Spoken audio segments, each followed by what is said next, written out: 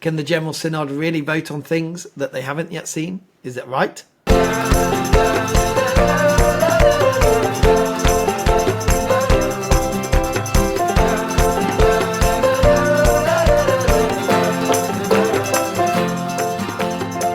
Hi, welcome to the channel. My name's Rev Dan. I'm a vicar in the Church of England. On this channel you get all my views on the latest Christian news coming out in the world today. Subscribe to the channel, like the video, comment, share it, and don't forget to hit that notification bell. So yesterday the papers for General Synod came out for the next phase of the same-sex blessings in the Church of England, and looking also at whether clergy can enter into civil same-sex marriages.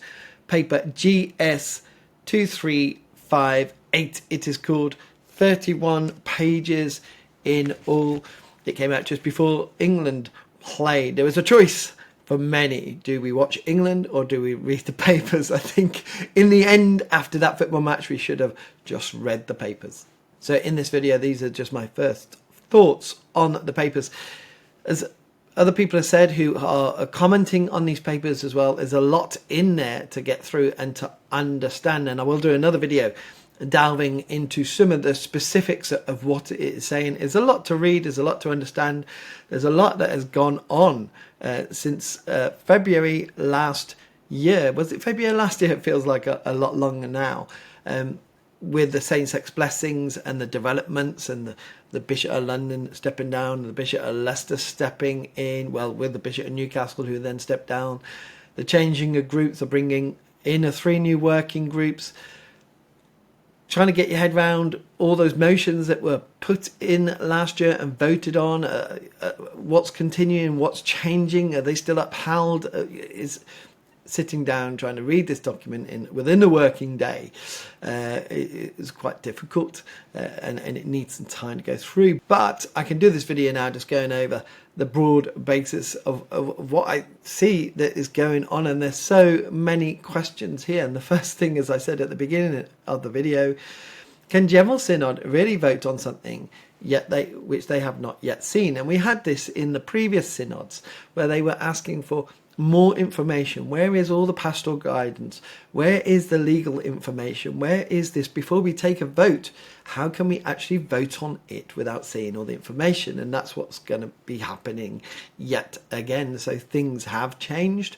Things are moving forward in one way or another. But what is really clear is that they're going to be voting on something in a few weeks' time where all of the documentation once again isn't there, and it's going to be said it's going to be worked on for the next year. And that's not, by the way, voting on and saying yes, okay, let's move forward, let's agree to move forward, and let's do the work, and then when it comes to next year, we'll see all the work that you have done, and then we'll take a vote. What they're being asked to do is to vote to say, let's move forward, and once we vote, there's no backtracking. There's no vote next year. It will just be implemented at the February and July synod next year. So no matter where people stand on this issue, how can they be asked to vote on something where work is openly said in this paper going to be done, but not presented until February and July, which is a year's time? And so it seems a big ask. And remember that the General Synod are elected representatives, and so they can put their own votes in, but they really have to, on this, discern the rest of the church. Really, that's their responsibility as well. So it's a huge ask. Come and vote on this motion, but without all the papers being shown, without all the documentation, without all the work that's going to go into the next year being seen, to be allowed to be implemented next year. Woof. So what does the motion say that is being brought to General Synod? Well, it's asking that Synod support the overall proposal and timetable set out in 2358.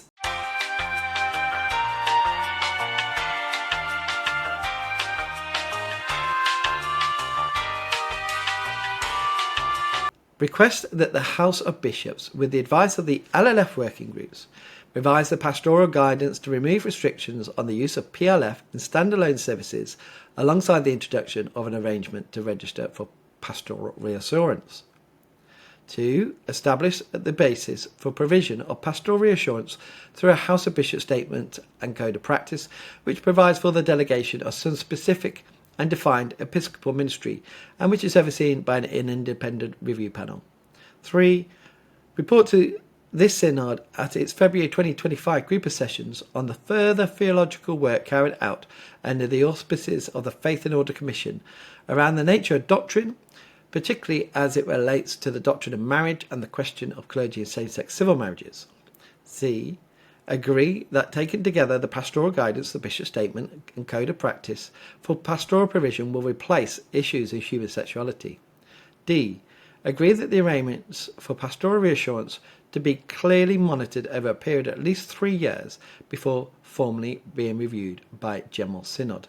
So that's the motion that's being put forward. But remember, these motions can be amended, but there will be votes. And as we have seen before, there'll be requested votes by the different houses, the House of Bishop, the House of Clergy and the House of Laity.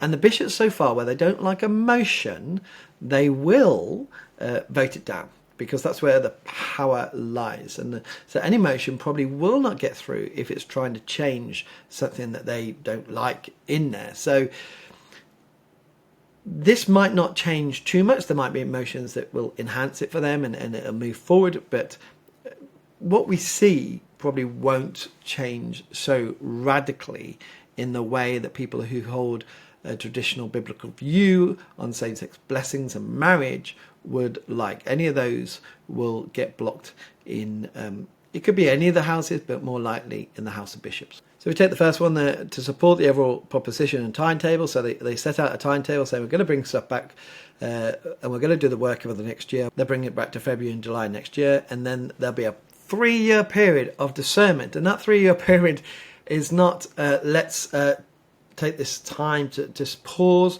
and discern and understand what God is saying in all of this, if that's what people believe.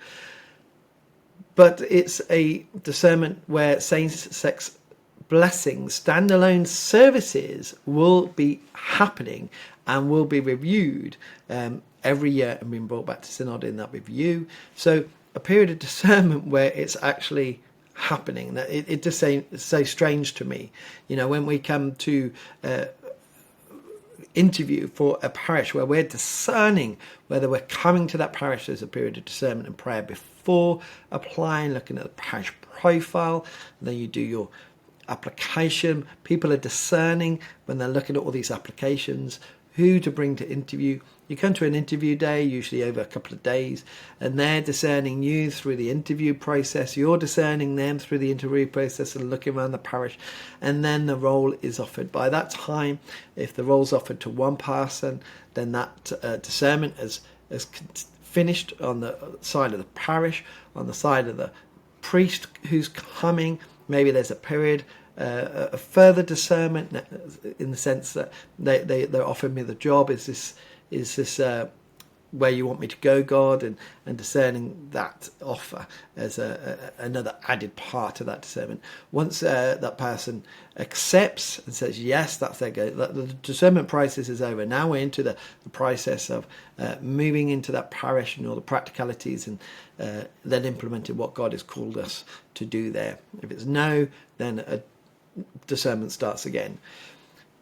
Discernment in this process, which I kind of relate to this, does not mean I would say, oh, I feel called to that parish, let's go there for 3 years, I'll work there for a period of 3 years, we'll report back and review how it's going, and then at the end we'll make a decision. And so you're discerning while working. It just doesn't make sense to me. It's just a period of discernment is discerning. It's not actually doing and discerning at the same time. Because again, what happens if I went to a parish and was there for 3 years and said, right, after 3 years I discern that this is no, I'm off. You know, that would just leave turmoil, and that process couldn't happen around the Church of England. So a period of discernment while actually using it will big. So, moving on. Request that the House of Bishops, with the advice of the LLF working groups, revise the pastoral guidance to remove restrictions on the use of PLF in standalone services, alongside the introduction of an arrangement to register for pastoral reassurance.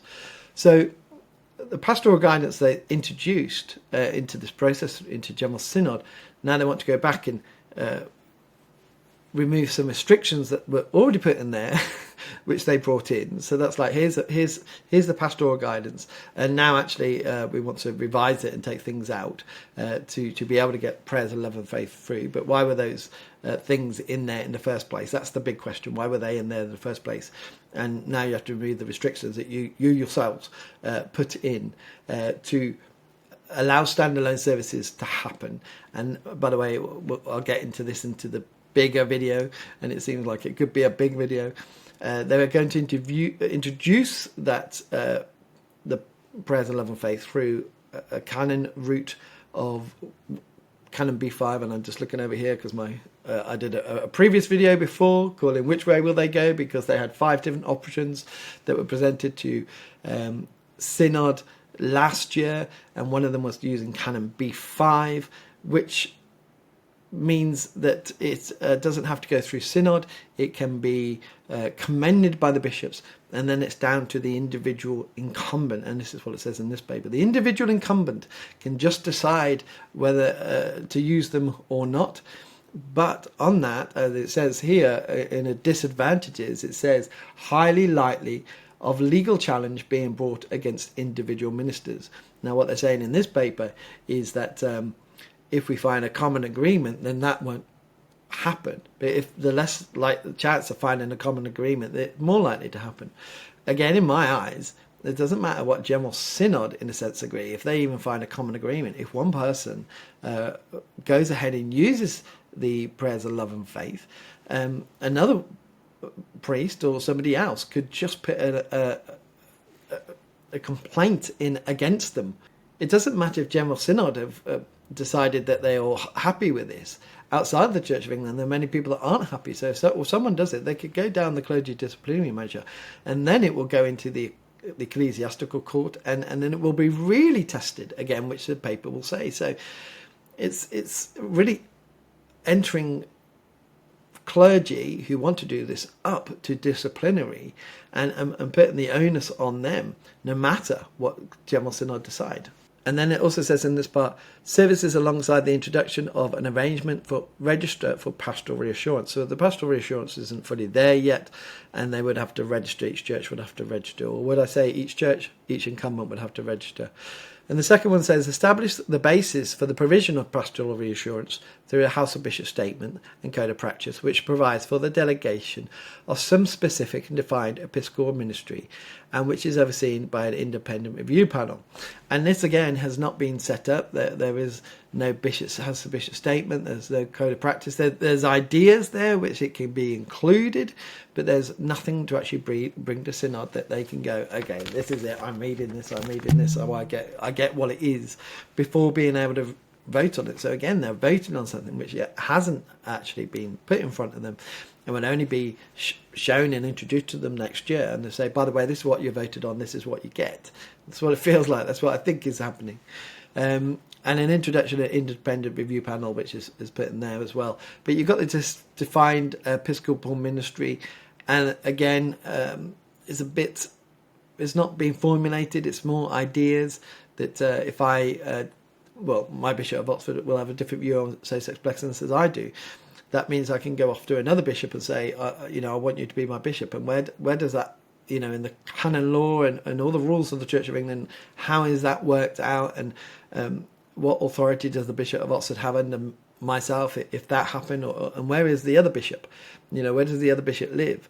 Is it far away? How do we formulate that relationship?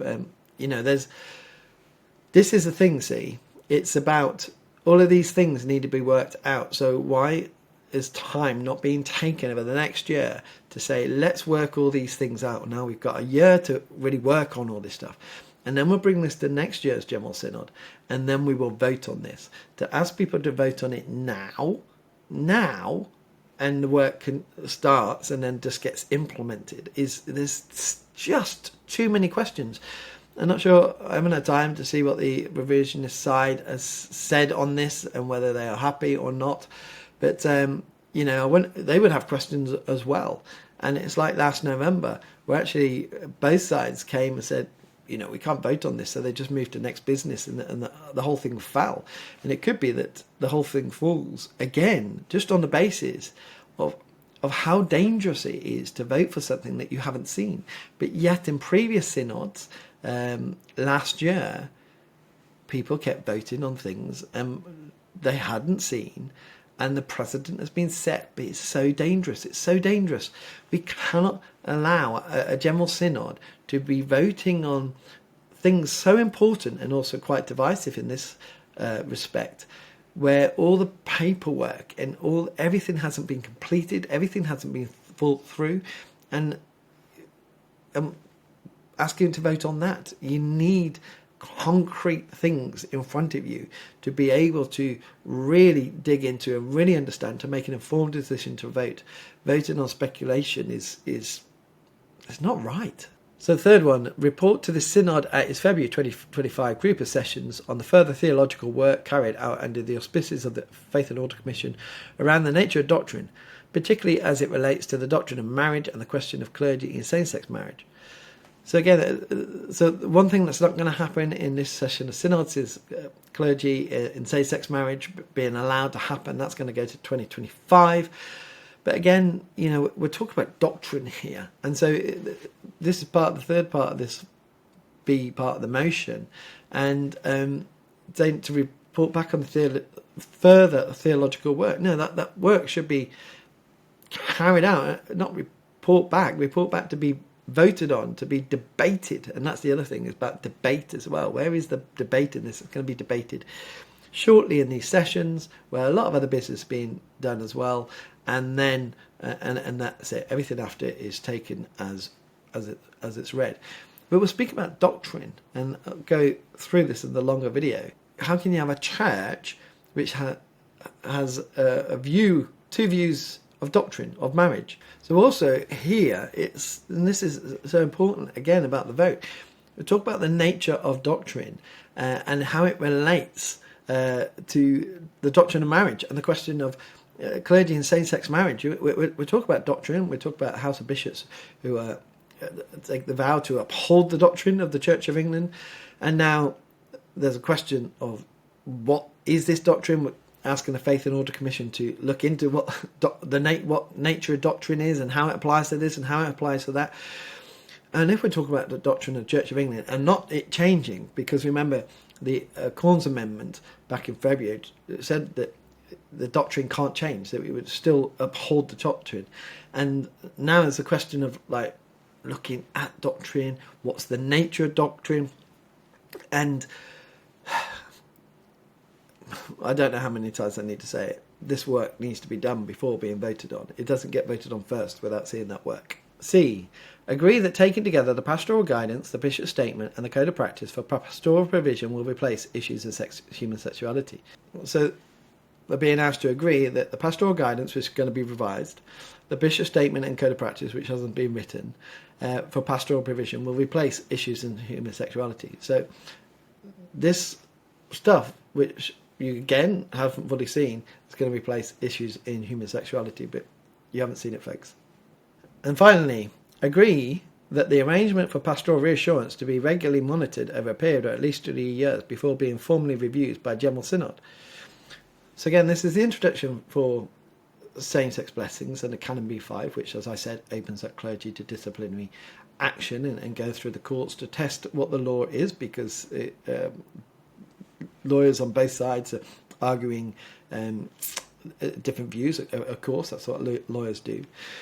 But having same-sex blessings for 3 years and then reviewing by General Synod at the end. So what happens if, on the first scenario, that the General Synod, after 3 years, reviews that, no, this is not right? What happens to all those couples? And this is pastoral, even though I might not agree, with those couples who have gone to church to have their marriages blessed, And then General Synod turns around and says, oh, well, we want to take it down the legal route, which is B2, Canon B2, and make it legal in the Church of England to do these services without being commended by the bishops, but being voted on and passed through General Synod through a motion through Canon B2, which is the proper way to do it, which is the way it should have been done from the start, in my opinion. But if they say, let's take it down that way, and it gets voted against, and it doesn't go through, what happens to... How do those couples feel? What you know, there's a huge pastoral thing there that's going to be a question. The other thing is, you know, doing it for a period of 3 years, we're going to get a new General Synod in 2029 when this vote would go through. So the next General Synod, first of all, will be just all about numbers. It'd be Orthodox against Revisionist and trying to get more numbers because the votes come down to numbers, basically, in the House of... Well, the House of Clergy and the House of Laity. The House of Bishops is the House of Bishops. It's whoever the bishops are. But the clergy and laity, those are the ones who get voted on. So it just becomes like a one-trick pony in a sense. It's what people will stand for. There's so many other things going on in the Church of England. The lack of people coming through for training, the news coming out about dioceses with deficits, people attending church. It's not an all-time low, but it could be an all-time low, to be honest, but it's declining at a rate of knots. Parishes with lack of volunteers and unable to pay their parish share. There's all these other things going on, and this will feel like it's a basis of an election just on, do you want same-sex blessings to happen or you don't? But then what... If we go through these period of 3 years, then it feels like, for some people, very difficult to vote against it in one way, because in a sense there's a pastoral thing. And if we've been doing it, how can we backtrack? How can we backtrack? And what will that look like? It's going to bring in a lot of difficulty for a lot of people. So it feels like if we did this, we should do it properly from the start, not do a trial period. Again, in my opinion, and set this up right, that we either do it or we don't, and then we understand from there. Going through this period of 3 years as well. So I talked about the discernment for the next year for the General Synod. There's going to be a lot of discernment, a lot of work going on in those 3 years. So we're going to be doing stuff as we're doing it. We're discerning as we're doing it. We don't discern it as we do things. We discern first and then do things. And again, I'll get into that into the longer video. But... folks, that's where we are. That's where we are. We are in a period now of real... Well, they call it a time of uncertainty. They've used it in the past papers, and they use it in this one as well. And it will be a time of uncertainty if people are asked to vote and it passes on something which they haven't seen, and then everyone's waiting around until next year to find out what's going to be presented. That's a time of uncertainty. We want a time of clarity. We want a time of understanding. And for the next 4 years, well, and then including the year after when the vote comes, which they're saying is 2029. So for the next 5 years, we are, in our own way, going to create this own uncertainty for the Church of England. We're going to live in this limbo, not knowing which way it's going to go. And we'll be discerning within that time frame what's happening and all the theological and doctrinal implications. It just seems wrong. And what we should, as I will keep repeating, and I'm sorry, is just take that time. And if you want to do it right. But don't do it this way. I think this is going to cause far more problems down the line. And far more people perhaps to leave or question. There's going to be, the work needs to be done and presented for people to see, not as we go along and all those questions and arguments to keep coming up. I think that it's going to be a time, definitely, of uncertainty.